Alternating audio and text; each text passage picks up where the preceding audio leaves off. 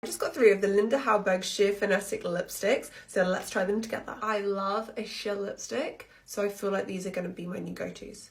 First off, the packaging is so cute. It's super sleek, and I love a lipstick like this. We've got Topaz, Sandstone, and Pink Opal. Swatches in the most awkward places, but we've got Topaz, Sandstone, and Pink Opal. And I'm going to pair them all with MAC Strip Down Lip Liner. First up is Topaz. This is the perfect, like, beigey nude. I actually like the shade a lot more than I thought I would. I feel like I would wear this all the time. And you can also use these on your cheeks. This is Sandstone, and this is actually so pretty. It's a really pretty coral. It goes so nicely with my blush today. And I feel like there's a little bit of golden pearl, but that could just be my eyes.